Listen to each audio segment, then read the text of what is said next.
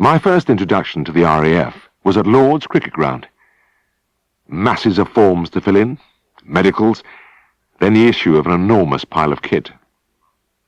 I was billeted in a block of flats in St. John's Wood, luxurious before the lush fittings had been removed, but they couldn't take away the heavy bathroom wear, and one of our blessings was the unlimited hot water gushing at our touch into expensive surroundings. We ate in the London Zoo, and our meals were made interesting by the chatter of monkeys and the roar of lions in the background. But in between, it was march, march, march, with our new boots giving us hell. My impression that I had been hurled into a coarser world was heightened at the beginning of each day, particularly one morning when I was on fire picket duty, and had the sadistic pleasure of rattling the dustbin lids and shouting, "Wakey, wakey!" along the corridors. It wasn't the cursing and the obscene remarks which struck deepest. It was the extraordinary abdominal noises issuing from dark rooms. They reminded me of my patient Cedric, and in an instant I was back in Danbury answering the telephone. The voice at the other end was oddly hesitant. "Mr. Harriot, I should be so grateful if you could come and see my dog." It was a woman, obviously upper class. Certainly. What's the trouble?" Well, he seems to suffer from a certain amount of flatus." I beg your pardon?" There was a long pause. "He has excessive flatus." In what way exactly?" "Well, I suppose you'd describe it as, windiness." The voice had begun to tremble. "Ah, yes." All became suddenly clear. "I quite understand. But that doesn't sound very serious. Is he ill?" No, he's very fit in other ways." "Well then, do you think it's absolutely necessary for me to see him?" "Oh, yes, indeed, Mr. Harriot. I wish you could come as soon as possible. It has become quite a problem." "All right," I said. "I'll look in this morning. Can I have your name and address, please?" "It's Mrs. Rumney, The Laurels." The Laurels was a very nice house on the edge of the town, standing back from the road in a large garden. Mrs. Rumney herself let me in. "Cedric's in the kitchen," she said. "I'll take you through." An enormous boxer hurled himself at me in delight. "Sit down, boy," the lady said sharply. Then, as Cedric took absolutely no notice, she turned to me nervously. "He's so friendly." "Yes," I said breathlessly. I can see that." I finally managed to push the huge animal away and backed into a corner for safety. "How often does this excessive flatus occur?" As if in reply, an almost palpable sulphurous wave arose from the dog and eddied around me. I held my hand over my face for a few moments before speaking. "Is that what you meant?" Mrs. Rumney waved a lace handkerchief under her nose, and the faintest flush crept into the pallor of her cheeks. "Yes," she replied almost inaudibly. "Yes, that's it." "Oh, well," I said briskly, "there's nothing to worry about. Let's go into the other room, and we'll have a word about his diet and a few other things." It was one of those trivial things I had entirely forgotten about when Mrs. Rumney phoned again.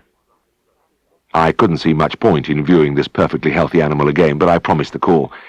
I had a busy day, and it was after 6 o'clock before I got round to the Laurels. There were several cars in the drive, and when I went into the house I saw that Mrs. Rumney had a few people in for drinks.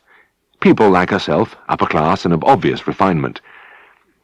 Mrs. Rumney was about to lead me through to the kitchen when the door burst open and Cedric bounded delightedly into the midst of the company. Within seconds, an ascetic-looking gentleman was frantically beating off the attack as the great feet ripped down his waistcoat. He got away at the cost of a couple of buttons, and the boxer turned his attention to one of the ladies. She was in imminent danger of losing her dress when I pulled the dog off her. I did my best to shepherd the animal out of the room, but he didn't seem to know the meaning of obedience, and I chased him in vain. And as the embarrassing minutes ticked away, I began to realize for the first time the enormity of the problem which confronted Mrs. Rumney. Most dogs break wind occasionally, but Cedric was different. He did it all the time. It seemed a year before I got him out of there. Mrs. Rumley held the door wide as I finally managed to steer him towards it, but the big dog wasn't finished yet. On his way out, he cocked a leg swiftly and directed a powerful jet against an immaculate trouser leg. After that night, I threw myself into the struggle on Mrs. Rumley's behalf. I felt she desperately needed my help, and I made frequent visits and tried innumerable remedies. It was difficult to think of any animal less suited to her personality. Apart from his regrettable affliction, he was in every way the opposite to herself. A great, thick-headed, rumbustious extrovert out of place in her gracious menage.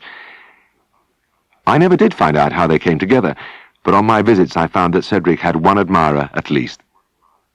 He was Con Fenton, a retired farm worker who did a bit of jobbing and gardening and spent an average of 3 days a week at the Laurels. The boxer romped down the drive after me as I was leaving, and the old man looked at him with undisguised admiration. "By God," he said. "He's a fine dog, is that?" "Yes, he is, Con. He's a good chap, really." "Just look at them limbs," breathed Con, staring rapturously at the dog's muscular thighs. "By heck, he can jump over that gate as if it wasn't there. He's what I call a dog." On my way back to the surgery, I brooded on the fact that I was achieving absolutely nothing with my treatment. And though it seemed ridiculous to worry about a case like this, there was no doubt the thing had begun to prey on my mind. A few days later, Mrs. Rumley was on the phone again. "Mr. Harriet, a friend of mine has such a sweet little boxer bitch. She wants to bring her along to be mated with Cedric." "Eh?" "She wants to mate her bitch with my dog." "With Cedric?" I clutched at the edge of the desk. It couldn't be true. "And are you agreeable?" "Oh, yes, of course." I shook my head to dispel the feeling of unreality. I found it incomprehensible that anyone would want to reproduce Cedric. "Well, very well then, Mrs. Rumley, you'd better go ahead." There was a pause. "But, Mr. Harriet, I want you to supervise the mating." "Oh, well, really, I don't think that's necessary." I dug my nails deep into my palm. "I think you'll be all right without me." "Oh, but I would be much happier if you were there." "Please come," she said appealingly. Instead of emitting a long-drawn groan, I took a deep breath. "Right," I said. "I'll be along in the morning." And the next morning all my fears were realized. The bitch, Trudy, was a trim little creature and showed every sign of willingness to cooperate. Cedric, on the other hand, though obviously delighted to meet her, gave no hint of doing his part. After sniffing her over, he danced around her a few times, goofy-faced, tongue lolling. He varied his dancing routine with occasional headlong gallops around the lawn, and it was after he had done about 10 successive laps that he seemed to decide he ought to do something about the bitch. I held my breath as he approached her, but unfortunately he chose the wrong end to commence operations.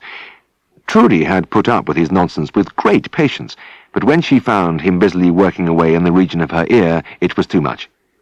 With a shrill yelp, she nipped him in the hind leg, and he shot away in alarm. I certainly had had enough, and so had the poor lady, judging by her slight breathlessness, flushed cheeks, and waving handkerchief. So Trudy was taken home, and that was the end of Cedric's career as a stud dog. This last episode decided me. I had to have a talk with Mrs. Rumley, and a few days later I called at the Laurels. "Look, maybe you'll think it's none of my business," I said, "but I honestly don't think Cedric is the dog for you. In fact, he's so wrong for you that he's upsetting your life." Mrs. Rumley's eyes widened. "Well, he is a problem in some ways, but what do you suggest?" "I think you should get another dog in his place. Maybe a poodle or a corgi, something smaller, something you could control." "But, Mr. Harriet, I couldn't possibly have Cedric put down." Her eyes filled quickly with tears. "I really am very fond of him, despite everything." No, of course not," I said. "I like him too. He has no malice in him. But I think I have a good idea. Why not let Con Fenton have him?" Mrs. Rumley looked at me in silence for a few moments, and I saw in her face the dawning of relief and hope. "You know, Mr. Harriet, I think that could work very well. But are you sure Con would take him?" "I'd like to bet on it. An old bachelor like him must be lonely. There's only one thing worries me. Now, normally they only meet outside, and I wonder how it would be when they were indoors and Cedric started to... Well, when the old trouble had... Oh, I think that would be all right, Mrs. Rumney broke in quickly. When I go on holiday, Con always takes him for a week or two, and he's never mentioned anything unusual in that way. I got up to go. Well, that's fine. I should put it to the old man right away. Mrs. Rumney rang within a few days. Con had jumped at the chance of taking Cedric, and the pair had apparently settled in happily together. She had also taken my advice and acquired a poodle puppy. I didn't see the new dog till it was nearly 6 months old, and its mistress asked me to call to treat it for a slight attack of eczema. Con Fenton's cottage was less than half a mile away, and on my way back to the surgery, on an impulse, I pulled up at the door. The old man answered my knock, and his big face split into a delighted grin when he saw me. "Oh, come in, young man," he cried in his strange, snuffly voice. "I'm right glad to see thee." I had hardly stepped into the tiny living room when a hairy form hurled itself upon me. Cedric hadn't changed a bit, and I had to battle my way to the broken armchair by the far side. "Well, Mr. Elliot," Con said, as he cut up some villainous-looking plug tobacco and began to stuff it into his pipe. "I'm right grateful to you for getting me this grand dog. By God, he's a chopper, and I wouldn't sell him for any money. No man could ask for a better friend." "Well, that's great, Con," I said, "and I can see that the big chap is really happy here." "Why, but he's hardly ever inside. A big dog like him wants to work his energy off like." But just at that moment, Cedric was obviously working something else off, because the familiar pungency rose from him even above the billowing from the pipe. Con seemed oblivious to it, but in the enclosed space I found it overpowering. Well, I gasped.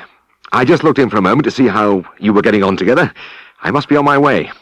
I rose hurriedly and stumbled towards the door, but the redolence followed me in a wave. As I passed the table with the remains of the old man's meal, I saw what seemed to be the only ornament in the cottage, a cracked vase holding a magnificent bouquet of carnations. It was a way of escape, and I buried my nose in their fragrance. Con watched me approvingly. They're lovely flowers, aren't they? Mrs. at Laurel's lets me bring 'em home when I want, and I reckon them carnations is me favourite." "Yes, they're a credit to you." I still kept my nose among the blooms. "There's only one thing," the old man said pensively. "I don't get full benefit of 'em." "How's that, Con?" He pulled at his pipe a couple of times. "Well, you can hear I speak a bit funny like." No, not really." "Oh, you know I do. I've been like it since I were a lad. I had operation for adenoids and something went wrong." "Oh, I'm sorry to hear that," I said. "Well, it's not serious, but it's left me lacking in one way." "You mean..." A light was beginning to dawn in my mind. An elucidation of how man and dog had found each other, of why their relationship was so perfect, of the certainty of their happy future together. It seemed like fate. "Aye," the old man went on sadly. "I have no sense of smell." Tristan would never have won any prizes as an expert of the haute cuisine. We got better food in the RAF than most people in wartime Britain, but it didn't compare with the Darrowby fare. I suppose I'd been spoilt, first by Mrs. Hall, then by Helen. There were only brief occasions at Scaledale House when we didn't eat like kings, and one of those was when Tristan was installed as temporary cook. It began one morning at breakfast in the days when I was still a bachelor, and Tristan and I were taking our places at the mahogany dining table. Siegfried bustled in, muttered a greeting, and began to pour his coffee. He was unusually distrait as he buttered a slice of toast and cut into one of the rashers on his plate. "I've got it!" he exclaimed. "Got what?" I inquired. "It's Mrs. Hall," he said. "She just told me her sister's been taken ill and has to go and look after her. She thinks she'll be away for a week, and I've been wondering who I could get to look after the house." "I see." "Then it struck me. Tristan can do it." "Eh?" His brother looked up, startled from his Daily Mirror. "Me?" "Yes, you. You spend a lot of time on your arse. A bit of useful activity would be good for you." Tristan looked at him warily. "What do you mean, useful activity?" "Well, keeping the place straight," Siegfried said. I wouldn't expect perfection, but you could tidy up each day and, of course, prepare the meals. Meals? That's right. Siegfried gave him a level stare. You can cook, can't you? Well, yes. I can cook sausage and mash. I had only half heard the conversation because part of my mind was far away. Just before breakfast, I'd had a phone call from Ken Billings, one of our best farmers, and his words were still echoing in my head. Mr. Elliot, that calf you saw yesterday is dead. That's the third one I've lost in a week, and I'm flummoxed. I want you out here this morning to have another look round. I sipped my coffee absently. He wasn't the only one who was flummoxed. 3 fine calves had shown symptoms of acute gastric pain. I had treated them, and they had died. That was bad enough, but what made it worse was that I hadn't the faintest idea what was wrong with them. On the way to the farm, my mind beat about helplessly. What more could I do than I had already done? I had carried out post-mortem examinations of the dead animals, but had found only a non-specific gastroenteritis. I had sent the kidneys to the laboratory for lead estimation with negative results. Like their owner, I was flummoxed. Mr. Billings was waiting for me in the yard. "Well, good job I rang you," he said breathlessly. "There's another one starting." I rushed with him into the buildings and found what I expected and dreaded. A small calf, kicking at its stomach, getting up and down, occasionally rolling on its straw bed. Typical abdominal pain. But why? "What the hell is it?" the farmer asked, voicing my thoughts. I shrugged. "It's acute gastritis, Mr. Billings, but I wish I knew the cause. I could swear this calf had eaten some irritant or corrosive poison." "Well, dang it, their nubbard had milk and a few nuts." The farmer spread his hands. "There's nothing they can get to hurt him." "All right," I said with false breeziness as I left. "Maybe this one won't be so bad. Give me a ring in the morning." I did the rest of my round in a state of gloom, and at lunch I was still so preoccupied that I wondered what had happened when Tristan served the meal. I had entirely forgotten about Mrs. Hall's absence. However, the sausage and mash wasn't at all bad, and Tristan was lavish with his helpings. My mind was still on Mr. Billings' problem during the afternoon calls, and when we sat down to dinner I was only mildly surprised to find another offering of sausage and mash. "Same again, eh?" Siegfried grunted, but he got through his plateful and left without further comment. The next day started badly. I came into the dining room to find the table bare and Siegfried stamping around. "Where the hell is our breakfast?" he burst out. "And where the hell is Tristan?" He pounded along the passage and I heard his shouts in the kitchen. "Tristan! Tristan!" I knew he was wasting his time. His brother often slept in, and it was just a bit more noticeable this morning. "We'll have to make do with bread and marmalade this morning, James. Come through to the kitchen and we'll—" The jangling telephone cut off his words. I lifted the receiver and listened, and it must have been the expression on my face which stopped him in the doorway. "What's the matter, James?" he asked as I came away from the phone. "You look as though you've had a kick in the belly." I nodded. "Oh, that's how I feel. That calf is nearly dead at Billings, and there's another one ill. I wish you'd come out there with me, Siegfried." My boss stood very still as he looked over the side of the pen at the small animal. It didn't seem to know where to put itself, rising and lying down, kicking at some inward pain, writhing its hindquarters from side to side. As he watched, it fell on its side and began to thrash around with all 4 limbs. "James," he said quietly, "that calf's been poisoned." "Well, that's just what I thought, but how—" Mr. Billings broke in. "It's no good talking like that, Mr. Farnand. We've been over this place time and time again, and there's naught for them to get." "Well, we'll go over it again." Siegfried stalked around the calf house as I had done, and when he returned his face was expressionless. "Where do you get the nuts from?" he grunted, crumbling one of the cubes between his fingers. Mr. Billings threw his arms wide. "From the local mill. Riders best. You can't fault them, surely." Siegfried said nothing. Riders were noted for their meticulous preparation of cattle food. He went over the sick calf with stethoscope and thermometer, digging his fingers into the hairy abdominal wall, staring impassively at the calf's face to notice reaction. He did the same with my patient of yesterday, whose glazed eyes and cold extremities told their grim tale. Then he gave the calves almost the same treatment as I had, and we left. He was silent for the first half-mile, then he beat the wheel suddenly with one hand. "There's an irritant poison there, James. As sure as God made little apples there is. But I'm damned if I know where it's coming from." Our visit had taken a long time, and we returned to Skeldale House for lunch. Like myself, his mind was still wrestling with Mr. Billings' problem, and he hardly winced as Tristan placed a steaming plateful of sausage and mash before him. The following day opened in dramatic fashion.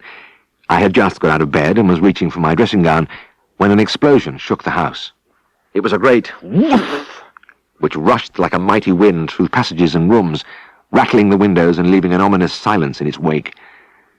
I dashed out to the landing and ran into Siegfried, who stared wide-eyed at me for a moment before galloping downstairs. In the kitchen, Tristan was lying on his back amid a litter of pans and dishes. Several rashers of bacon and a few smashed eggs nestled on the flags. "What the hell's going on?" Siegfried shouted. His brother looked up at him with mild interest. "I really don't know. I was lighting the fire and there was a bang."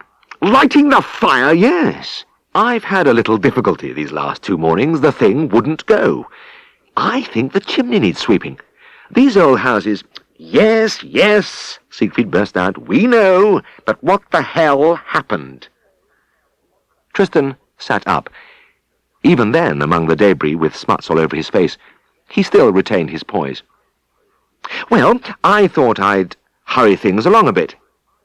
His agile mind was forever seeking new methods of conserving energy. "I soaked a piece of cotton wool in ether and chucked that in." "Ether?" "Well, yes. It's inflammable, isn't it?" "Inflammable?" His brother was pop-eyed. "It's bloody well explosive. It's a wonder you didn't blow the whole place up." Tristan rose and dusted himself off. "Oh, well, never mind. I'll soon have breakfast ready." "You can forget that." Siegfried took a long, shuddering breath, then went over to the bread tin, extracted a loaf, and began to saw it. "The breakfast's on the floor, and anyway, by the time you've cleaned up this mess, we'll be gone. Bread and marmalade all right for you, James?" We went out together again. My boss had arranged that Ken Billings should postpone his calf feeding till we got there so we could witness the process. It wasn't a happy arrival. Both the calves had died, and the farmer's eyes held a look of desperation. Siegfried's jaw clenched tight for a moment, then he motioned with his hand. "Please carry on, Mr. Billings. I want to see you feed them." The nuts were always available for the little animals, but we watched intently as the farmer poured the milk into the buckets and the calves started to drink. The poor man had obviously given up hope, and I could tell by his apathetic manner that he hadn't much faith in this latest ploy. Neither had I, but Siegfried prowled up and down like a caged panther as though willing something to happen. The calves raised white, slobbered muzzles inquiringly as he hung over them, but they could offer no more explanation of the mystery than I could myself. I looked across the long row of pens. There were still more than 30 calves left in the building, and the terrible thought arose that the disease might spread through all of them. My mind was recalling when Siegfried stabbed a finger at one of the buckets. "What's that?" he snapped. The farmer and I went over and gazed down at a circular black object about half an inch across, floating on the surface of the milk. "Well, a bit of muck got in somehow," Mr. Billings mumbled. "I'll have it out." He put his hand into the bucket. "No, let me." Siegfried carefully lifted the thing, shook the milk from his fingers, and studied it with interest. "This isn't muck," he murmured. "Look, it's concave, like a little cup." He rubbed a corner between thumb and forefinger. "I'll tell you what it is. It's a scab. Now, where the hell has it come from?" He began to examine the neck and head of the calf, then became very still as he handled one of the little horn buds. "There's a raw surface here. You can see where the scab belongs." He placed the dark cup over the bud, and it fitted perfectly. The farmer shrugged. "Oh, well, I can understand that. I disbudded all the calves about a fortnight since." "What did you use, Mr. Billings?" My colleague's voice was soft. "Oh, some new stuff. Fella came round selling it. You just paint it on. It's a lot easier than towed caustic steak. Have you got the bottle? Ah, it's in house. I'll get it. When the farmer returned, Siegfried read the label and handed the bottle to me. Butter of antimony, Jim. Now we know. But, what you on about? Asked the farmer bewilderedly. Siegfried looked at him sympathetically. Antimony is a deadly poison, Mr. Billings. Oh, it'll burn your horn buds off all right. But if it gets in among the food, well, that's it. The farmer's eyes widened. Yes, dang it, and when they put their heads down to drink, that's just when the scabs would fall off. Exactly, Siegfried said. Or they maybe knock the horn buds on the sides of the bucket. Anyway, let's make sure the others are safe. We went round all the calves, removing the lethal crusts and scrubbing the buds clean. And when we finally drove away, we knew that the brief but painful episode of the Billings calves was over. At Scaledale House, we parted to go our different ways. Tristan, no doubt anxious to redeem himself after the morning's explosive beginning, was plying mop and bucket and swabbing the passage with the zeal of one of Nelson's sailors. But when Siegfried drove away, the activity stopped abruptly, and as I was leaving with my pockets stuffed with the equipment for my round, I glanced into the sitting room and saw the young man stretched in his favourite chair. In the evening I went upstairs, had a wash, then took my place at the dining table. Siegfried was already seated, and I could see that the little triumph of the morning had cheered him. He greeted me jovially. "James, wasn't that the damnedest thing at Ken Billings? It's so satisfying to get it cleared up." But his smile froze as Tristan appeared and set down the tureen before him. From one peeped the inevitable sausages, and the other contained an amorphous dark grey mass liberally speckled with black foreign bodies of varying size. "What, in the name of God," he inquired with ominous quiet, "is this?" His brother swallowed. "Sausage and mash," he said lightly. Siegfried gave him a cold look. "I am referring to this." He poked warily at the dark mound. "Well, it's the potatoes." Tristan cleared his throat. "Got a little burnt, I'm afraid." My boss made no comment. With dangerous calm, he spooned some of the material onto his plate, raised a forkful, and began to chew slowly. Once or twice he winced as a particularly tough fragment of carbon cracked between his molars. Then he closed his eyes and swallowed. For a moment he was still. Then he grasped his midriff with both hands, groaned, and jumped to his feet. "No, that's enough!" he cried. "I don't mind investigating poisonings on the farms, but I object to being poisoned myself in my own home." He strode away from the table and paused at the door. "I'm going over to the Drovers for lunch." I suppose it was a little thoughtless of me to allow my scalpel to flash and flicker quite so near to Rory O'Hagan's fly buttons. The incident came back to me as I sat in my room in St. John's Wood, reading Black's Veterinary Dictionary. I had reached the letter C, and as the word castration looked up at me from the page, I was jerked back to Rory. I was castrating pigs. There were several litters to do, and I was in a hurry and failed to notice the Irish farm worker's mounting apprehension. His young boss was catching the little animals and handing them to Rory, who held them upside down, gripped between his thighs with their legs apart. As I quickly incised the scrotums and drew out the testicles, my blade almost touched the rough material of his trouser crutch. "For God's sake, have a care, Mr. Herriot," he gasped at last. I looked up from my work. "What's wrong, Rory?" "Will you watch what you're doing with that bloody knife? You're whipping it around me legs like a bloody Red Indian. You'll do me a mischief before you're finished." "Aye, be careful, Mr. Herriot," the young farmer cried. "Don't geld Rory instead of the pig. His missus would never forgive you." He burst into a loud peal of laughter. The Irishman grinned sheepishly, and I giggled. That was my undoing, because the momentary inattention sent the blade slicing across my left forefinger. The razor-sharp edge went deep, and in an instant the entire neighbourhood seemed flooded with my blood. I thought I would never staunch the flow. The red ooze continued, despite a long session of self-doctoring from the car boot. and when I finally drove away, my finger was swathed in the biggest, clumsiest dressing I had ever seen. It was within half a mile of Darrowby, with the lights of the little town beginning to wink between the bare roadside branches, when a car approached, went past, then I heard a squeal of brakes as it stopped and began to double back. It passed me again, drew into the side, and I saw a frantically waving arm. I pulled up, and a young man jumped from the driving seat and ran towards me.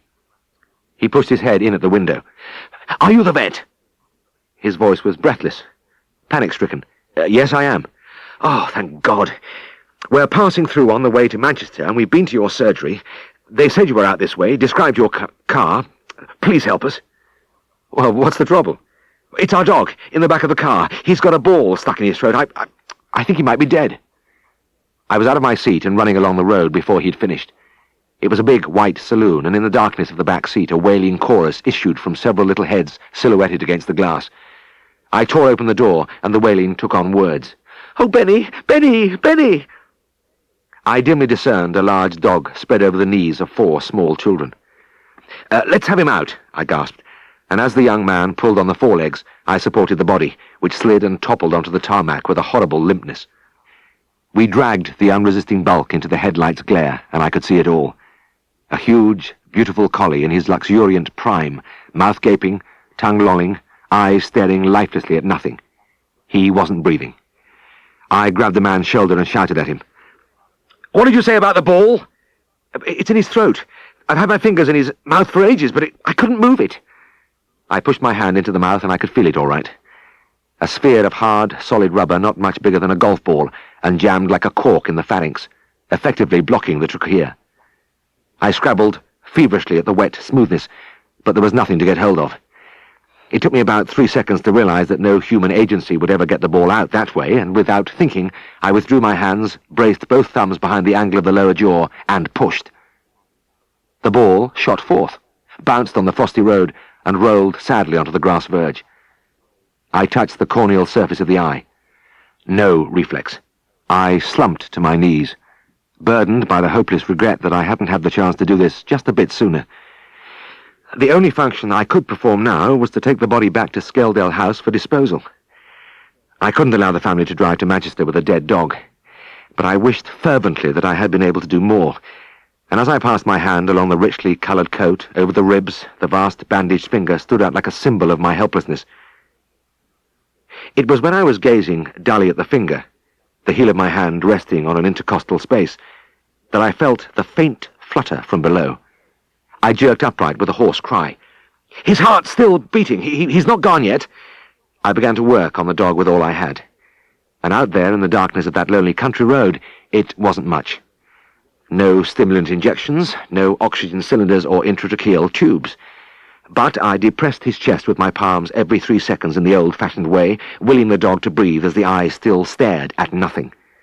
Every now and then I blew desperately down the throat or probed between the ribs for that almost imperceptible beat.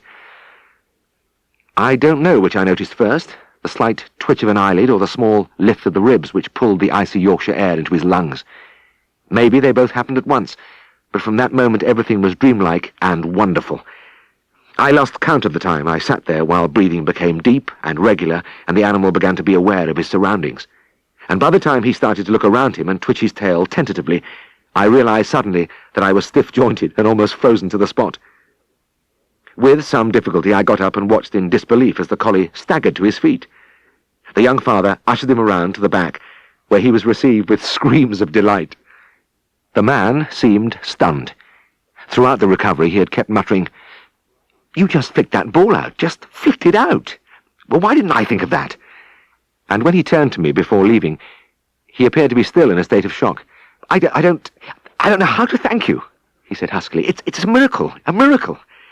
He leant against the car for a second. "And now, what's your fee? How much do I owe you?" I rubbed my chin. I had used no drugs.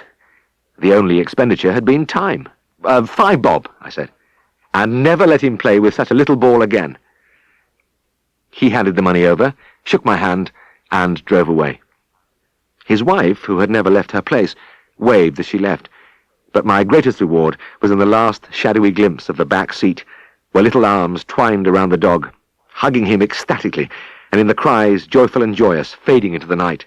"Benny! Benny! Benny!" Vets often wonder, after a patient's recovery, just how much credit they might take.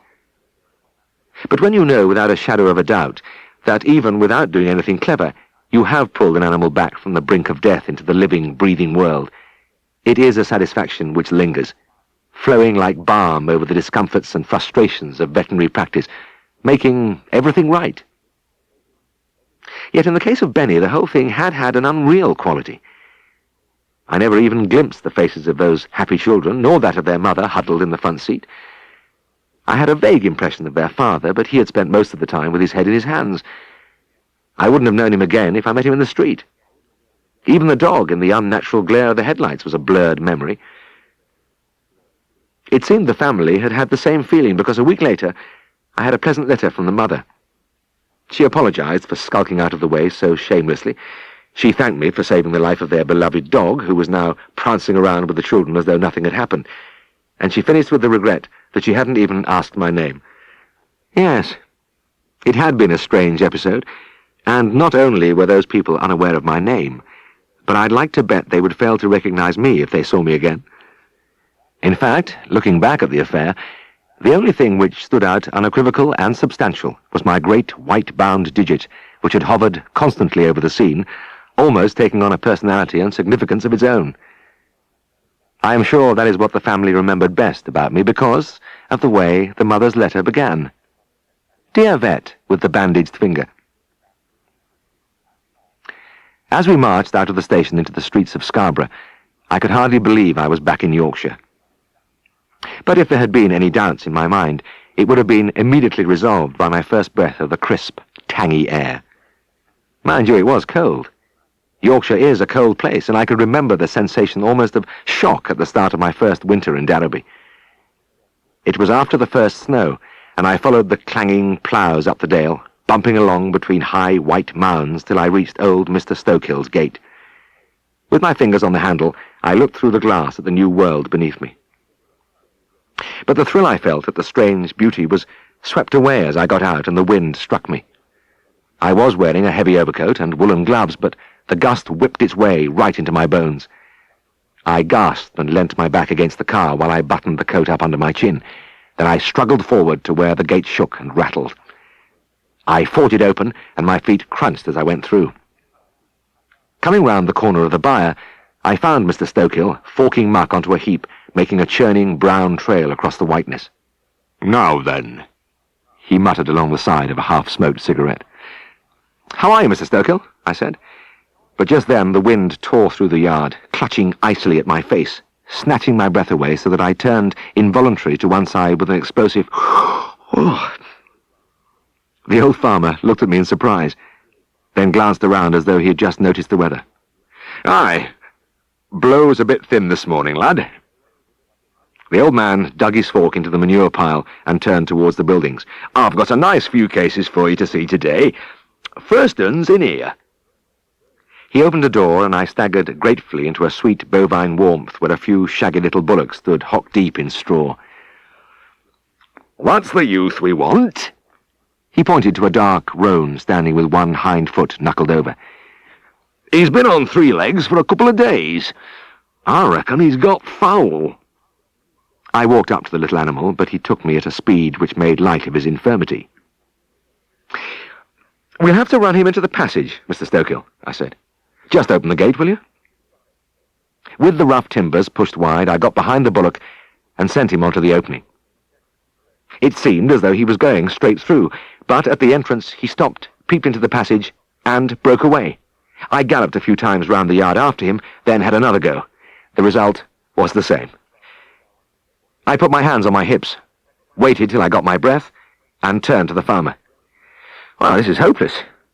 He'll never go in there," I said. "We'd maybe better try to get a rope on him." "Nay, lad, there's no need for that. We'll get him through gate right enough." The old man ambled to one end of the yard and returned with an armful of clean straw. He sprinkled it freely in the gate opening and beyond in the passage, then turned to me. "Now, send him on." I poked a finger into the animal's rump, and he trotted forward, proceeded unhesitatingly between the posts and into the passage. Mr. Stokehill must have noticed my look of bewilderment. Aye, he just didn't like the look of them cobbles. Once they was covered over, he was all right. Yes. Yes, I see. I followed the bullock slowly through. He was indeed suffering from foul of the foot. All I could do was wrestle with the lunging hind foot, dressing the infected cleft with a crude mixture of copper sulphate and Stockholm tar, and finishing with a pad of cotton wool held by a tight bandage. When I had finished, I took my coat and hung it on a nail. I didn't need it any more. Mr. Stokehill looked approvingly at the finished job. Capital. Capital, he murmured. Now, there's some little pigs in this pen got a bit of scour. I want you to give 'em a jab with your needle. We had various E. coli vaccines, which sometimes did a bit of good in these cases, and I entered the pen hopefully.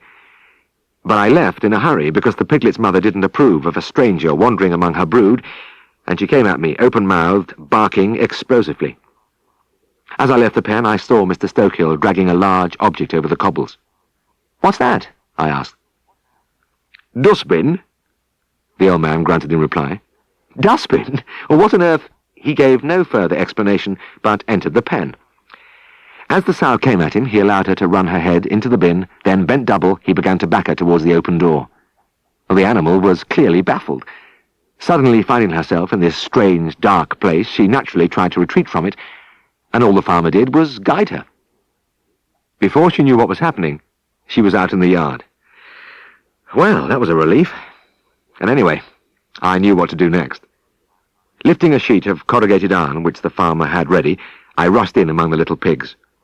I would pen them in a corner, and the job would be over in no time. Their mother's irritation had been communicated to the family. It was a big litter, and there were 16 of them hurtling around like little pink racehorses. I spent a long time diving frantically after them, jamming the sheet at a bunch, only to see half of them streaking out at the other end. And I might have gone on indefinitely had I not felt a gentle touch on my arm. "Hold on, young man. Hold on." The old farmer looked at me kindly. "If you'll no but stop running after 'em, they'll settle down. Just bide a minute." Slightly breathless, I stood by his side and listened as he addressed the little creatures. "Giss, giss," murmured Mr. Stokehill without moving. "Giss, giss. Giss, giss." The piglets slowed their headlong gallop to a trot. Then, as though controlled by telepathy, they all stopped at once, and stood in a pink group in one corner. "Giss, giss," said Mr. Stokehill approvingly, advancing almost imperceptibly with the sheet. "Giss, giss." He unhurriedly placed the length of metal across the corner and jammed his foot against the bottom. "Now then, put the toe of your Wellington against t'other end, and we have 'em," he said quietly. After that, the injection of the litter was a matter of a few minutes. Mr. Stokehill didn't say, "Well, I'm teaching you a thing or two today, am I not?" There was no hint of triumph or self-congratulation in the calm old eyes. All he said was, "I'm keeping you busy this morning, young man. I want you to look at a cow now. She's got a pea in her tit." Peas and other obstructions in the teats were very common in the days of hand milking. Some of them were floating milk calculi, others tiny pedunculated tumours, injuries to the teat linings, all sorts of things. It was a whole, diverting little field in itself, and I approached the cow with interest. But I didn't get very near before Mr. Stokehill put his hand on my shoulder. "Just a minute, Mr. Elliot. Don't touch her tit or she'll clout you. She's an hard bitch. Wait a minute till I rope her." "Yeah, well, all right," I said, but I'll do it." He hesitated. "Well, I reckon I ought to—" No, Mr. Stokehill, that's quite unnecessary. I know how to stop a cow kicking," I said primly. "Kindly hand me that rope." I began to unwind the rope. It was good to be able to demonstrate that I did know something about handling animals, even though I had been qualified for only a few months, and it made a change to be told before and not after the job that a cow was a kicker. Yes, it was nice to be warned, and I passed the rope round the animal's body in front of the udder and pulled it tight in a slip knot, just like they taught us at college. "All right, lass," I said soothingly, reaching under her and gently grasping the teat. I squirted a few jets of milk, then something blocked the end. Ah, yes, there it was, quite large and unattached. I felt sure I would work it through the orifice without cutting the sphincter. I took a firmer grip, squeezed tightly, and immediately a cloven foot shot out like a whiplash and smacked me solidly on the knee. It is a particularly painful spot to be kicked, and I spent some time hopping round the bar and cursing in a fervent whisper. The farmer followed me anxiously. "I'm sorry, Mr. Elliot. She's a right arm bugger. Better let me—" I held up a hand. "No, Mr. Stokill. I already have her roped. I just didn't tie it tight enough, that's all." I hobbled back to the animal, loosened the knot, then retied it, pulling till my eyes popped. When I'd finished, her abdomen was lifted high and nipped in like a wasp-waisted Victorian lady of fashion. "That'll fix you," I grunted, and bent to my work again. A few spurts of milk, then the thing was at the teat end again. A pinkish white object peeping through the orifice. A little extra pressure, and I would be able to fish it out with the hypodermic needle I had poised ready. I took a breath and gripped hard.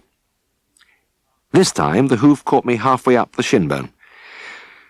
"Now then, you've had enough, young man." Mr. Stokill removed my rope and gazed at me with commiseration. "Ordinary methods don't work with this one. I have to milk her twice a day, and I know." He fetched a solid length of plough cord, which had obviously seen much service, and fastened it round the cow's hock. The other end had a hook, which he fitted into a ring in the bar wall. It was just the right length to stretch taut, pulling the leg slightly back. The old man nodded. "Now try." With a feeling of fatalism, I grasped the teat again. And it was as if the cow knew she was beaten. She never moved as I nipped hard and winkled out the offending obstruction. She couldn't do a thing about it. Thank you, lad," the farmer said. "That's champion. Been bothering me a bit as that. Didn't know what it was." He held up a finger. "One last job for you. A young heifer with a bit of stomach trouble, I think. Saw her last night and she was a bit blown. She's in an outside building." I put on my coat, and we went out to where the wind welcomed us with savage glee. As the knife-like blast hit me, whistling up my nose and making my eyes water, I cowered in the lee of the stable.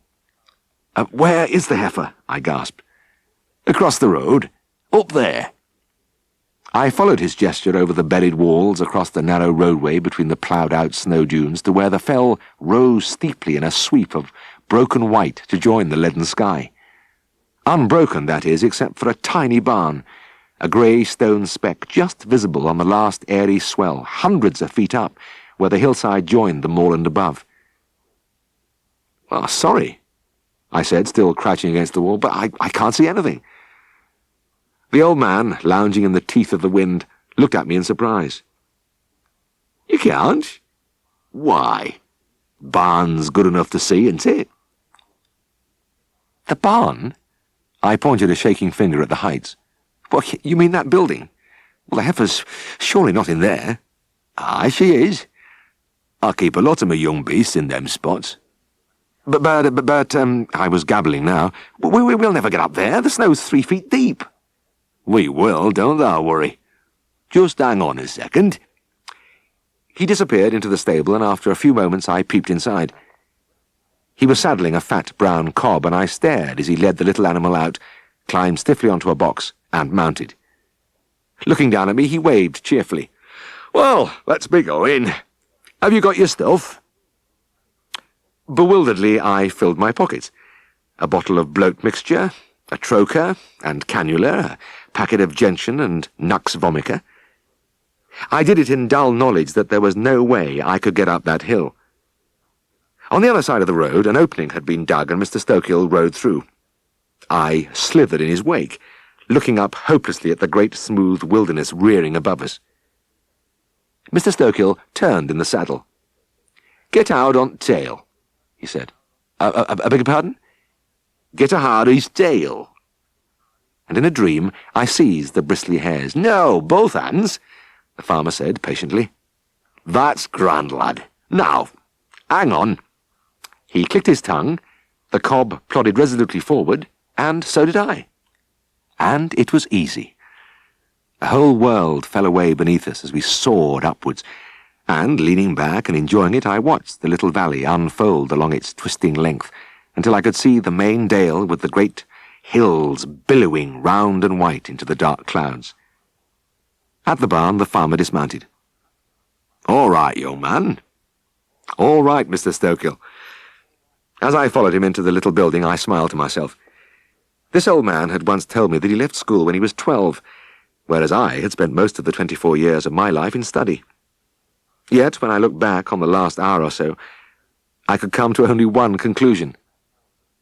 He knew a lot more than I did. I had plenty of company for Christmas that year.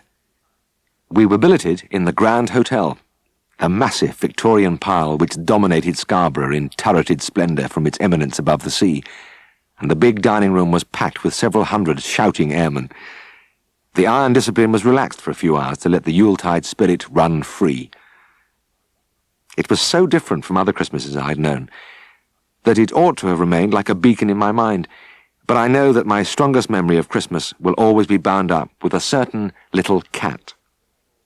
I first saw her when I was called to see one of Mrs. Ainsworth's dogs, and I looked in some surprise at the furry black creature sitting before the fire. "I didn't know you had a cat," I said. The lady smiled. "Oh, we haven't. This is Debbie." "Debbie?" "Yes, at least that's what we call her. She's a stray. Comes here 2 or 3 times a week and we give her some food." I looked again at the little cat. "But she isn't just having food today." "That's right. It's a funny thing, but every now and again she slips through here into the lounge and sits by the fire for a few minutes. It's as though she was giving herself a treat." Yes, I see what you mean." There was no doubt there was something unusual in the attitude of the little animal. This was a special event in her life, a rare and wonderful thing. She was lapping up a comfort undreamed of in her daily existence. As I watched, she turned, crept soundlessly from the room, and was gone. "Well, that's always the way with Debbie," Mrs. Ainsworth laughed. "She never stays more than 10 minutes or so, then she's off." She was a plumpish, pleasant-faced woman in her 40s, and the kind of client veterinary surgeons dream of. Well-off, generous, and the owner of 3 cosseted basset hounds. And it only needed the habitually mournful expression of one of the dogs to deepen a little, and I was around there post-haste. Today, one of the bassets had raised its paw and scratched its ear a couple of times, and that was enough to send its mistress scurrying to the phone in great alarm. So my visits to the Ainsworth home were frequent but undemanding, and I had ample opportunity to look out for the little cat which had intrigued me. On one occasion I spotted her nibbling daintily from a saucer at the kitchen door. As I watched, she turned and almost floated on light footsteps into the hall and then through the lounge door. The 3 bassets were already in residence. Debbie sat among them in her usual posture, upright, intent, gazing absorbedly into the glowing coals. This time I tried to make friends with her. I approached her carefully, but she leant away as I stretched out my hand. However, by patient wheedling and soft talk, I managed to touch her and gently stroked her cheek with one finger. There was a moment when she responded by putting her head on one side and rubbing back against my hand, but soon she was ready to leave. Once outside the house, she darted quickly along the road, then through a gap in the hedge, and the last I saw was the little black figure flitting over the rain-swept grass of a field. "I wonder where she goes," I murmured, half to myself. Mrs. Ainsworth appeared at my elbow. "That's something we've never been able to find out." It must have been nearly 3 months before I heard from Mrs. Ainsworth, and in fact I had begun to wonder at the Bassett's long, symptomless run when she came on the phone. It was Christmas morning, and she was apologetic. "Mr. Herriot, I'm so sorry to bother you today of all days. I should think you want a rest at Christmas like anybody else." But her natural politeness could not hide the distress in her voice. "Oh, please don't worry about that," I said. "Which one is it this time?" It's not one of the dogs, it's Debbie." "Debbie? Well, is she at your house now?" "Yes, but there's something wrong. Look, please come quickly." Debbie was there all right, but this time everything was different. She wasn't sitting upright in her usual position. She was stretched, quite motionless on her side, and huddled close to her lay a tiny black kitten. I looked down in bewilderment. What's happened here?" "Well, it's the strangest thing," Mrs. Ainsworth replied. "I haven't seen her for several weeks. Then she came in about 2 hours ago, sort of staggered into the kitchen, and she was carrying the kitten in her mouth. She took it through to the lounge and laid it on the rug, and at first I was amused. But I could see all was not well, because she sat, as she usually does, but for a long time, over half an hour. Then she lay down like this, and she hasn't moved." I knelt on the rug and passed my hand over Debbie's neck and ribs. She was thinner than ever, her fur dirty and mud-caked. She didn't resist as I gently opened her mouth. The tongue and mucous membranes were abnormally pale, and the lips ice-cold against my fingers. When I pulled down her eyelid and saw the dead white conjunctiva, a knell sounded in my mind. I palpated the abdomen with a grim certainty as to what I would find, and there was no surprise. Only a dull sadness as my fingers closed around a hard, lobulated mass deep among the viscera. Massive lymphosarcoma. Terminal and hopeless. I put my stethoscope on her heart and listened to the increasingly faint, rapid beat. Then I straightened up and sat on the rug, looking sightlessly into the fireplace, feeling the warmth of the flames on my face. Mrs. Ainsworth's voice seemed to come from afar. "Is she ill, Mr. Herriot?" I hesitated. Yes. Yes, I'm afraid so. She has a malignant growth." I stood up. "There's absolutely nothing I can do." "I am sorry." "Oh." Her hand went up to her mouth, and she looked at me wide-eyed. When at last she spoke, her voice trembled.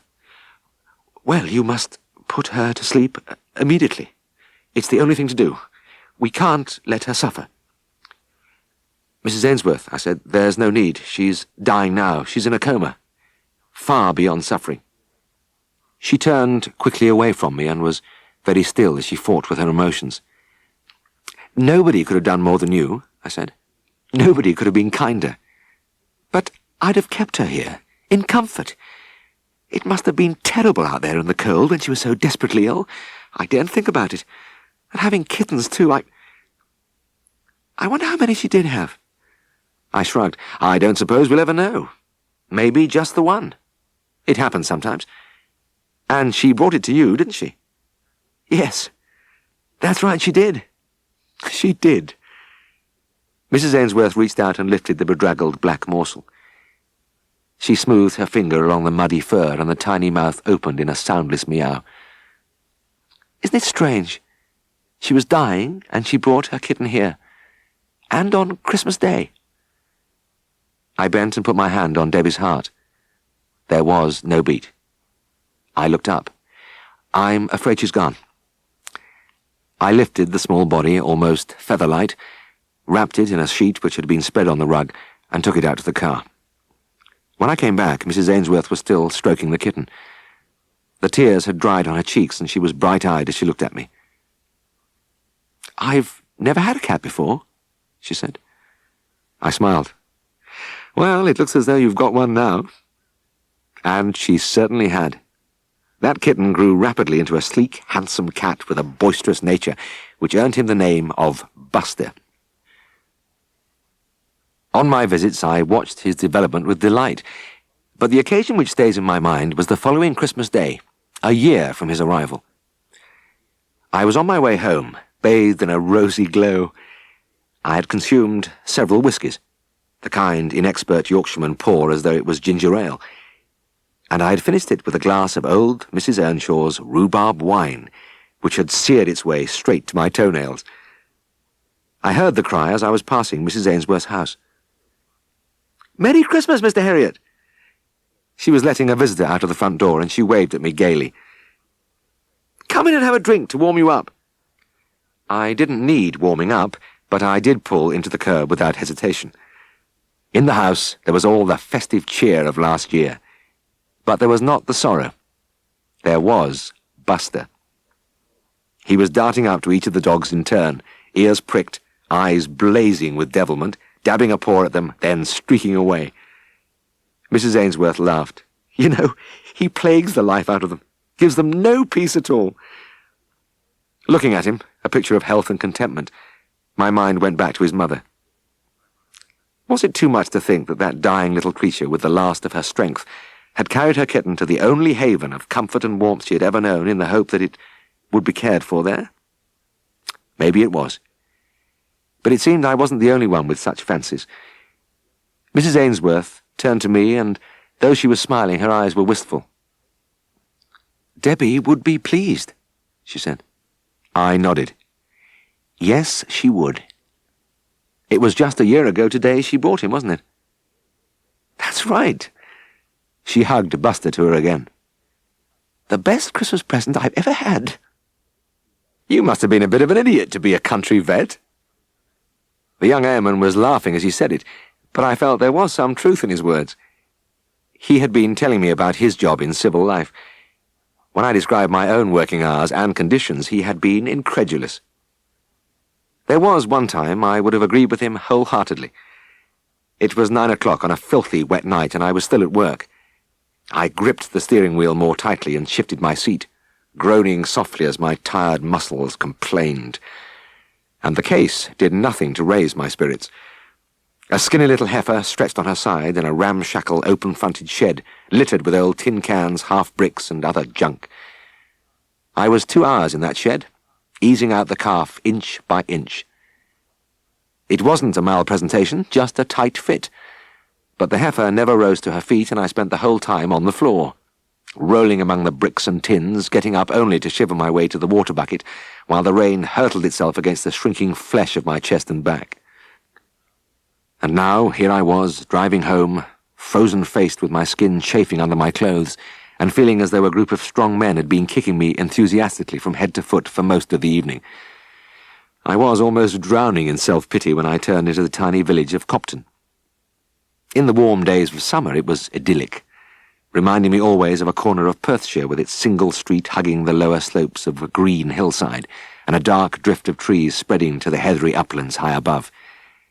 But tonight it was a dead black place with the rain sweeping across the headlights against the tight-shut houses, except for a faint glow right in the middle where the light from the village pub fell softly on the streaming roadway.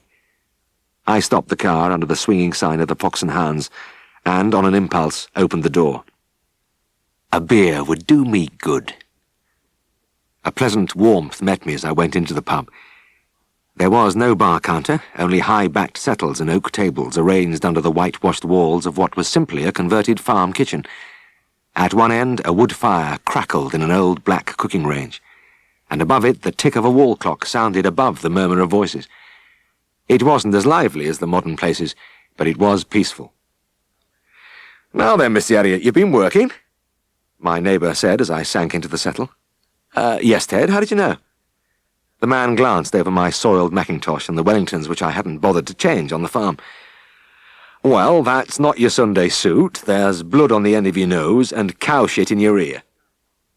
Ted Dobson was a burly cowman in his 30s, and his white teeth showed suddenly in a wide grin. Well, I smiled too and plied my handkerchief. It's funny how you always want to scratch your nose at times like that. I looked round the room. There were about a dozen men drinking from pint glasses, some of them playing dominoes. They were all farm workers, the people I saw when I was called from my bed in the darkness before dawn. Hunched figures they were then, shapeless in old greatcoats, cycling out to the farms head down against the wind and rain, accepting the facts of their hard existence. I often thought at those times that this happened to me only occasionally, but they did it every morning. And they did it for 30 shillings a week. Just seeing them here made me feel a little ashamed. Mr. Waters, the landlord, whose name let him in for a certain amount of ribbing, filled my glass, holding his tall jug high to produce the professional froth. "There you are, Mr. Elliot. That'll be 6pence. Cheap at half the price." "Well, thank you, Mr. Waters." I took a deep pull at the glass. I had lost some sweat despite the cold, and my thirst welcomed the flow of rich, nutty ale.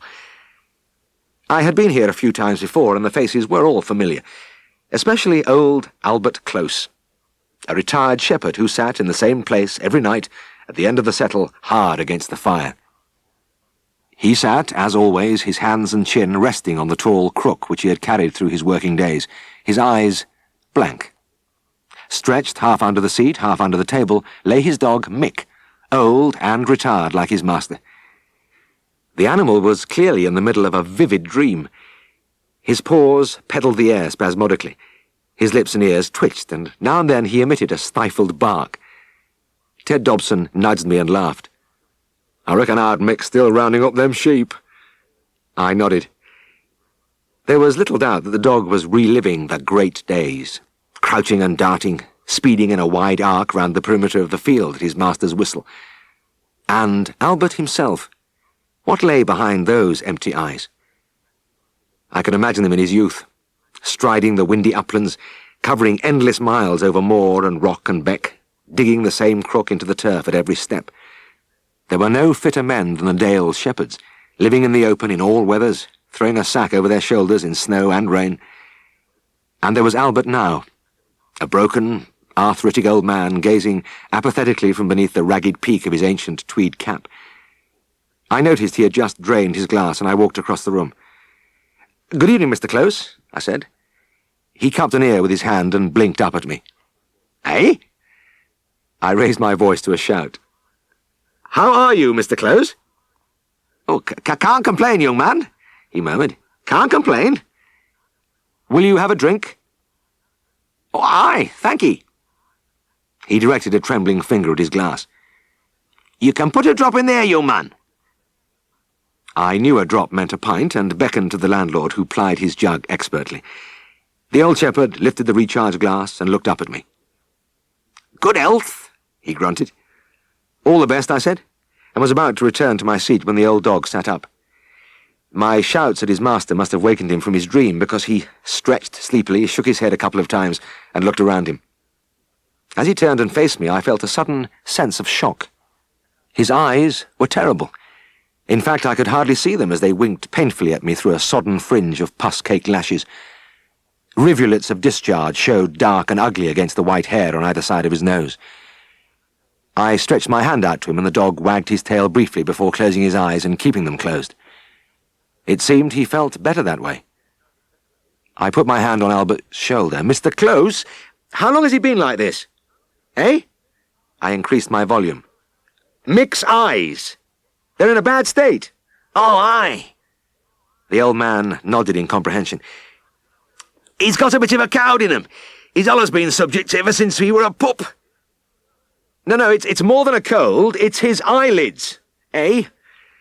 I took a deep breath and let go at the top of my voice. "He's got turned-in eyelids. It's rather a serious thing." The old man nodded again. "Aye. He lies a lot with his head at foot at door. It's drafty there." "No, Mr. Close," I bawled. "It's got nothing to do with that. It's a thing called entropion, and it needs an operation to put it right. And that's right, young man." He took a sip at his beer. "Just a bit of cowd. Ever since he were a pup, he's been subject—" I turned away wearily and returned to my seat. Ted Dobson looked at me inquiringly. "What was that about?" "Well, it's a nasty thing, Ted. Entropion is when the eyelids are turned in and the lashes rub against the eyeball. It causes a lot of pain, sometimes ulceration, or even blindness. Even a mild case is damned uncomfortable for a dog." "Oh, I see," Ted said ruminatively. "I've noticed Al Mix has mucky eyes for a long time, but they've got much worse lately." "Yes, sometimes it happens like that, but often it's congenital." "He's suffering, then?" I shrugged my shoulders. "Well, you know what it's like, if you have a speck of dust in your eyes, or even a lash turned in. I should say he feels pretty miserable." "Poor old beggar. I never knew it was out like that." He drew on his cigarette. "And, could an operation cure it?" "Well, actually, yes, Ted. It's one of the most satisfying jobs a vet can do. I always feel I've done a dog a good turn when I've finished." "Ah, I bet you do. Must be a nice feeling. But it'll be a costly job, I reckon." I smiled wryly. "Well, it depends how you look at it. It's a fiddly business and takes time. We usually charge about £1 for it."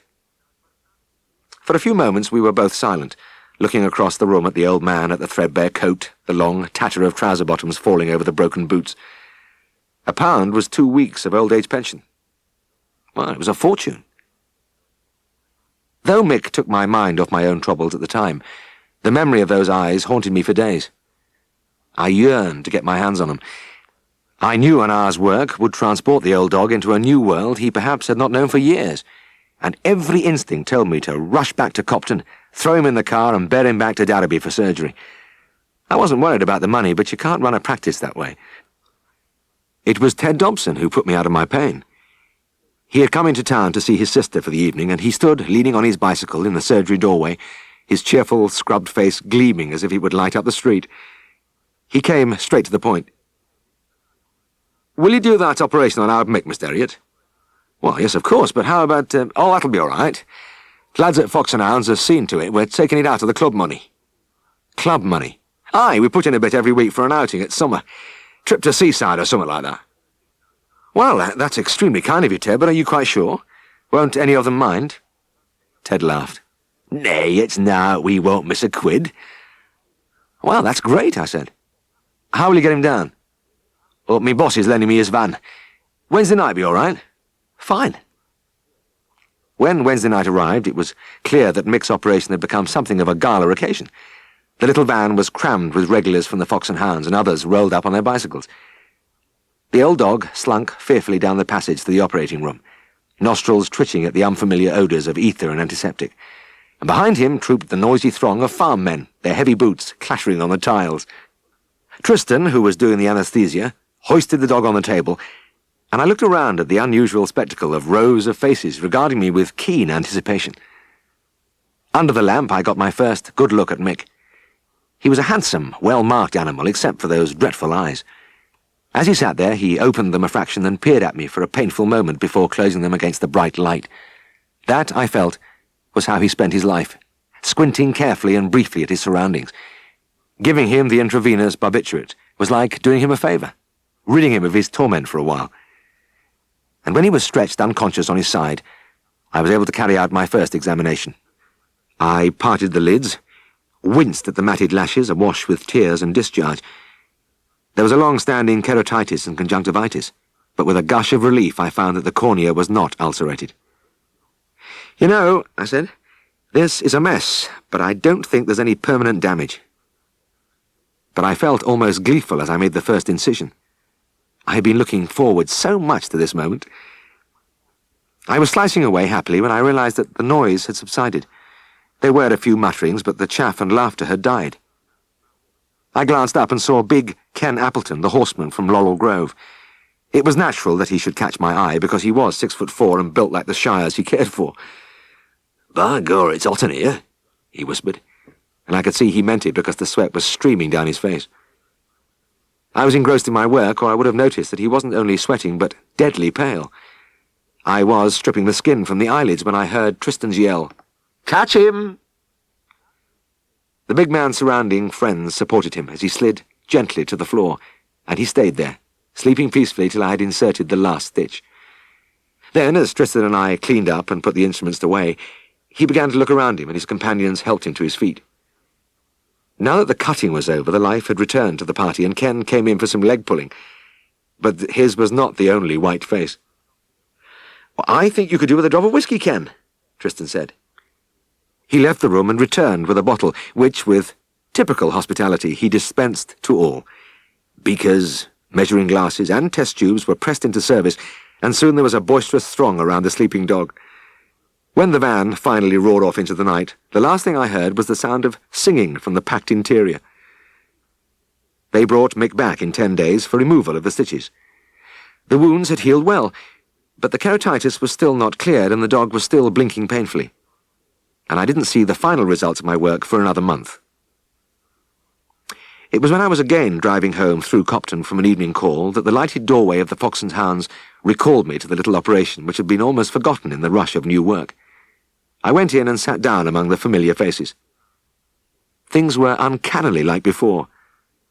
Old Albert Close in his usual place, Mick stretched under the table. I watched him closely until I could stand it no longer. As if drawn by a magnet, I crossed the room and crouched by him. "Mick!" I said. "Hey! Wake up, boy!" There was a long moment when I held my breath as the shaggy head turned towards me. Then, with a kind of blissful disbelief, I found myself gazing into the wide, clear, bright eyes of a young dog. Warm wine flowed richly through my veins as he faced me, mouth open in a panting grin, tail swishing along the stone flags. There was no inflammation, no discharge, and the lashes, clean and dry, grew in a soft arc well clear of the corneal surface, which they had chafed and rasped for so long. I stroked his head, and as he began to look around him eagerly, I felt a thrill of utter delight at the sight of the old animal exulting in his freedom, savouring the new world which had opened to him. I could see Ted Dobson and the other men smiling conspiratorially as I stood up. "Mr. Close," I shouted, "will you have a drink?" "Ah, you can put a drop in there, young man." "Mick's eyes are a lot better." The old man raised his glass. "Good health. Aye, he were not a bit of a coward. Nasty thing is coward in eyes. Town fella keeps lying in that door hole, and I reckons he'll get it again. Ever since he were a pup he's been subject." There is no doubt that when I look back at my life in Darrowby, I was inclined to bathe the whole thing in a rosy glow, but occasionally the unhappy things came to mind. That man, distraught and gasping on the surgery steps. "It's no good, I can't bring him in, he's as stiff as a board." My stomach lurched. It was another one. "Jasper, you mean?" "Yes, he's in the back of my car, right here." I ran across the pavement and opened the car door. It was as I feared. A handsome Dalmatian stretched in a dreadful tetanic spasm, spine arched, head craning desperately backwards, legs like 4 wooden rods groping at nothing. I didn't wait to talk, but dashed back into the house for syringe and drugs. I leant into the car, tucked some papers under the dog's head, injected the apomorphine, and waited. The man looked at me with anxious eyes. "What is it?" "It's strychnine poisoning, Mr. Bartle. I've just given him an emetic to make him vomit." As I spoke, the animal brought up the contents of his stomach onto the paper. Will that put him right?" "Why, it depends on how much of the poison has been absorbed." He watched me as I filled another syringe with barbiturate. What are you doing now?" "I'm anaesthetizing him." I slipped the needle into the radial vein, and as I slowly trickled the fluid into the dog's bloodstream, the taut muscles relaxed, and he sank into a deep slumber. "Well, he looks better already," Mr. Bartle said. "Yes, but the trouble is when the injection wears off, he may go back into spasm. When he shows signs of coming out of it, give me a ring." I went back into the house. 7 cases in a week. It was tragic and scarcely believable, but there was no doubt left in my mind now. This was malicious. Some psychopath in our little town was deliberately putting down poison to kill dogs. I had to warn pet owners somehow. I lifted the phone and spoke to one of the reporters on the Darrowby and Hulton Times. He promised to put the story in the next edition, along with advice to keep dogs on their leads and otherwise supervise pets more carefully. Then I rang the police. The sergeant listened to my account. "Well, right, Mr. Elliot. I agree with you that there is some crackpot going around, and we'll certainly investigate this matter. If you'll just give me the names of the dog owners involved." Thank you." "Thank you. Well, we'll see these people and check around the local chemist to see if anybody has been buying strychnine lately. And of course, we'll keep our eyes open for anybody acting suspiciously like." I came away from the phone feeling that I might have done something to halt the depressing series of events, but I couldn't rid myself of a gloomy apprehension that more trouble was round the corner. But my mood lightened when I saw Johnny Clifford in the waiting room. Johnny always made me feel better because he was invariably optimistic and wore a cheerful grin which never altered, even though he was blind. He was about my own age, and he sat there in his habitual pose, one hand on the head of his guide dog, Fergus. "Is it inspection time again already, Johnny?" I asked. "Aye, it is that, Mr. Elliot. It's come round again. It's been a quick 6 months." He laughed and held out his card. I squatted and looked into the face of the big Alsatian, sitting motionless and dignified by his master's side. "Well, and how's Fergus these days?" "Oh, he's in grand fettle, eating well and full of life." The hand on the head moved round to the ears, and at the other end the tail did a bit of sweeping along the waiting-room floor. As I looked at the young man, his face alight with pride and affection, I realized afresh what this dog meant to him. "Well, we'd better get started," I said. "Stand up a minute, old lad, while I take your temperature." That was normal, and I went over the big animal's chest with a stethoscope, listening to the reassuringly steady thud of the heart. As I parted the hair along the neck and back to examine the skin, I laughed. "I'm wasting my time here, Johnny. You've got his coat in perfect condition." "Aye, never a day goes by but he gets a good grooming." I'd seen him at it. brushing and combing tirelessly to bring extra lustre to the sleek swathes of hair. Treating guide dogs for the blind had always seemed to me to be one of the veterinary surgeon's most rewarding tasks. I opened the dog's mouth and peered at the huge, gleaming teeth. It was dicing with death to do this with some Alsatians, but with Fergus you could haul the great jaws apart and nearly put your head in, and he would only lick your ear. In fact, he was at it now. My cheek was nicely within range, and he gave it a quick wipe with his large, wet tongue. When I was finished, I looked in the ears with an oroscope. There was no canker, but I cleaned out a little wax. Then I went round the feet, examining paws and claws.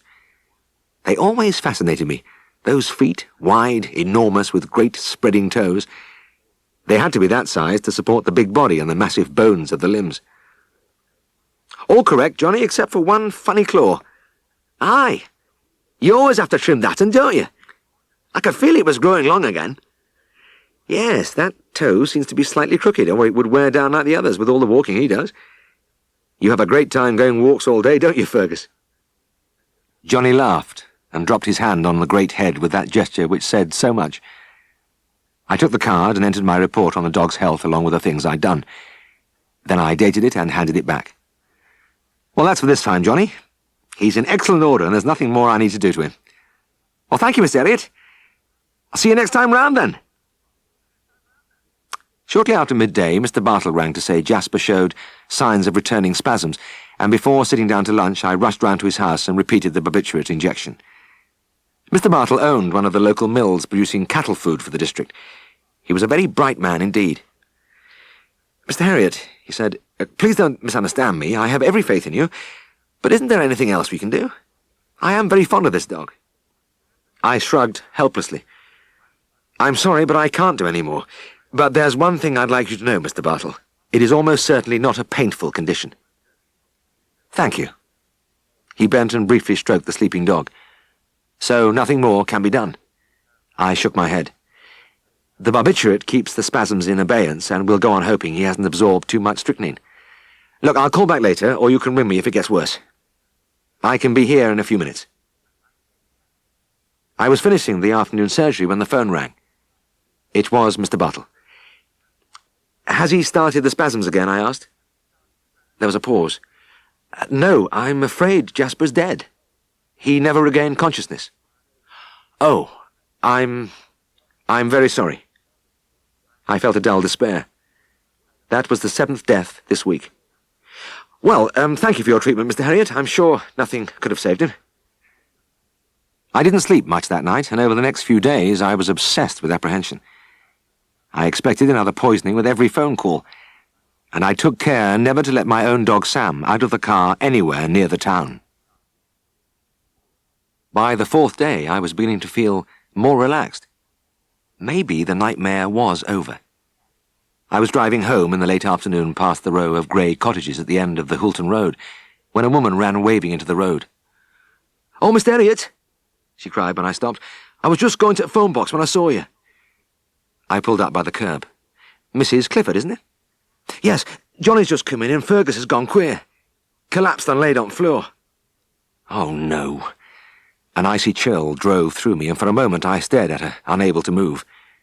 Then I threw open the car door and hurried after Johnny's mother into the end cottage. I halted abruptly in the little room and stared down in horror. The very sight of the splendid, dignified animal scrabbling helplessly on the lino was a desecration. But strychnine is no respecter of such things. "Oh, God," I breathed. "Has he vomited, Johnny?" "Aye, my mum said he was sick in back garden when we come in." The young man was sitting very upright in a chair by the side of his dog. The bottle of barbiturate wobbled in my shaking hand as I filled the syringe. I tried to put away the thought that I was doing what I had done to all the others, all the dead ones. At my feet, Fergus panted desperately. Then, as I bent over him, he suddenly became still and went into a horrible, distinctive spasm. The great limbs I knew so well straining frantically into space, the head pulled back grotesquely over the spine. This was when they died, when the muscles were at full contraction. As the barbiturate flowed into the vein, I waited for signs of relaxation, but saw none. Fergus was about twice as heavy as any other victims I had treated, and the plunger went to the end of the syringe without result. Quickly, I drew in another dose and began to inject it, my tension building as I saw how much I was administering. The recommended dose was 1 cc per 5 pounds of body weight, and beyond that could kill the animal. The big dog had received more than a lethal amount before peace began to return to the taut body, and even then I sat back on my heels, almost afraid to look in case I had brought his end. There was a long, agonizing moment when he lay still and apparently lifeless. Then the rib cage began to move almost imperceptibly as the breathing recommenced. Even then, I was in suspense. The anesthesia was so deep that he was only just alive, yet I knew that the only hope was to keep him that way. I sent Mrs. Clifford out to telephone Siegfried and tell him I would be tied up here for a while. Then I pulled up a chair and settled down to wait. It was well after midnight when I came sleepily out into the darkness. I felt drained. Watching the life of a friendly, clever, face-licking animal flicker as he lay inert and unheeding had been a tremendous strain. But I had left him sleeping, still anesthetized, but breathing deeply and regularly. Next morning my nerves were like a bowstring as I knocked on the door. Mrs. Clifford answered, and I was about to blurt out my inquiries when Fergus trotted from the inner room. He was still quite groggy from the vast dosage of barbiturate, but he was relaxed and happy. The symptoms had gone. He was himself again. With a gush of pure joy, I knelt and took the great head between my hands. He slobbered at me playfully with his wet tongue, and I had to fight him off. He followed me into the living room, where Johnny was seated at the table drinking tea. He took up his usual position, sitting upright and proud by his master's side. "You'll have a cup of tea, Mr. Herriot?" Mrs. Clifford asked, poising the teapot. "Thanks, I'd love one, Mrs. Clifford," I replied. No tea ever tasted better, and as I sipped I watched the young man's smiling face. He turned his head to me, and I looked at the slightly upturned eyes and the cheerful face. "Well, I'd have been lost without Fergus," he said softly. "I don't know how to thank you." But as he unthinkingly rested his hand on the head of the big dog who was his pride and delight, I felt that the gesture alone was all the thanks I wanted. That was the end of the strychnine poisoning outbreak in Darrowby. The older people still talk about it, but nobody ever had the slightest clue to the identity of the killer, and it is a mystery to this day.